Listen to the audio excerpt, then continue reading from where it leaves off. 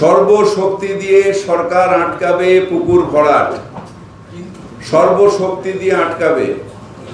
এটা আপনি যদি জানেন, আপনি দেখুন কি অ্যাকশন হয়েছে। DM present commissioner, they should take all the actions. যদি কোনো জায়গায়, বারবার করে বলছি, কার নাম এলো না এলো, কি হলো না হলো, don't bother all this things. এই নাম আসে নাম যায়, এগুলো সব লেম এক্সকিউজ।